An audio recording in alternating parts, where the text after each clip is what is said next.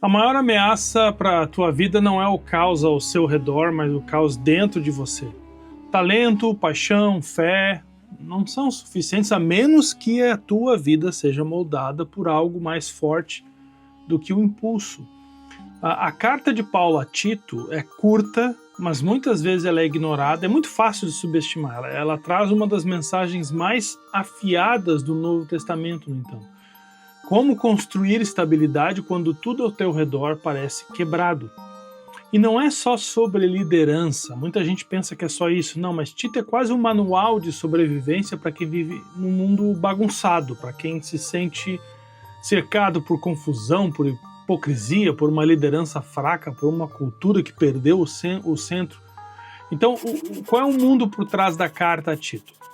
Esta carta foi escrita por Paulo, provavelmente na metade dos anos 60, no primeiro século, depois da sua primeira prisão em Roma. Tito era um dos seus colaboradores mais confiáveis, mas ele estava servindo em Creta. E no mundo antigo, Creta tinha uma fama nada boa, desonestidade, violência, imoralidade. E por isso o trabalho de Tito não era nada fácil. Ele tinha que reorganizar pequenas igrejas que estavam todas desentrosadas. Ele tinha que encontrar líderes qualificados, ele tinha que confrontar falsos mestres, ajudar os cristãos a viver de forma coerente com aquilo que pregavam. Mas como fazer isso em Creta? Não era uma tarefa simples, né? Por isso aqui tem 3 insights que podem mudar a forma como você lê a carta a Tito. O primeiro insight é esse: boas ideias desmoronam sem estrutura. Paulo é exatamente prático nessa carta. Nada de experiências místicas, nada de teologia abstrata. Ele fala de liderança, ordem, caráter e responsabilidade. Agora, por quê? Porque até a melhor mensagem pode desmoronar dentro de sistemas doentes, corruptos. Paulo diz que a igreja não precisa de celebridades, mas precisa de líderes cuja vida demonstra consistência, domínio próprio, integridade, maturidade.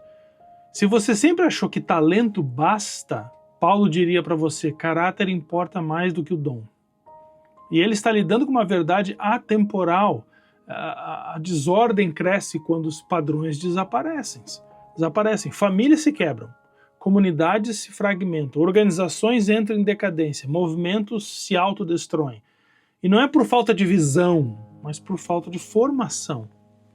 Então Paulo pergunta: as estruturas que sustentam a tua vida são fortes o suficientes para carregar o teu futuro? Esse é o primeiro insight. Segundo insight: Deus reconstrói através da graça. Paulo afirma que a graça de Deus nos ensina a dizer não ao que não agrada a Deus. Isso é interessante. Isso surpreende muita gente que acha que graça significa passar pano, né? Ou ser permissivo, continuar do mesmo jeito porque a graça de Deus nos ajuda. Mas Paulo diz: a graça é uma instrutora. Através da graça, Deus não só perdoa o teu passado, ele treina o teu presente.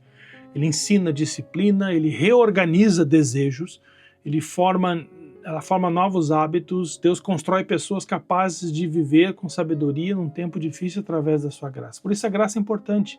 Muita gente quer salvação sem transformação, quer paz sem disciplina, quer esperança sem mudança, quer liberdade sem responsabilidade, mas através da sua graça, Deus não te deixa onde ele te encontrou, ele te reconstrói. E aqui está o terceiro insight: a tua reputação abre ou fecha portas. Paulo conecta o tempo todo o comportamento privado com o impacto público nessa carta. Como você vive importa. A mensagem de Jesus é vista através da vida dos mensageiros de Jesus. Isso é muito atual. Muita gente nunca vai ler a Bíblia, mas vai ler a vida dos cristãos o tempo todo. Eles observam como você lida com conflitos, como você trata os outros, como você se comporta online, como você trabalha quando ninguém está vendo, como você reage quando é ofendido. Então a carta a Tito nos lembra que credibilidade é uma moeda espiritual. É uma mensagem bonita, mas pode ser descartada quando se for mal vivida. Mas uma vida comum bem vivida, com consistência, humildade, honestidade, bondade, torna a verdade visível. E talvez a tua vida esteja falando mais alto do que aquilo que você diz acreditar. Pensa nisso. Então, por que a carta de Paulo a Tito ainda importa hoje? Bom, porque a gente vive num tempo de barulho, né? De muita indignação, de falhas de caráter, de identidades performáticas. Tito oferece outro caminho. Construa substância, escolha disciplina, viva o que você diz. Deixa a graça de Deus te moldar num tipo de pessoa que traz ordem em vez de confusão.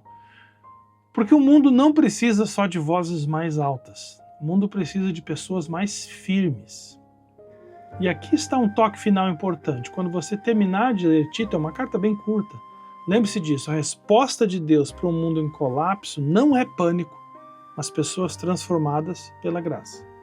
Não argumentos mais altos, mas caráter mais profundo. Não imagem, tá bom? Mas integridade.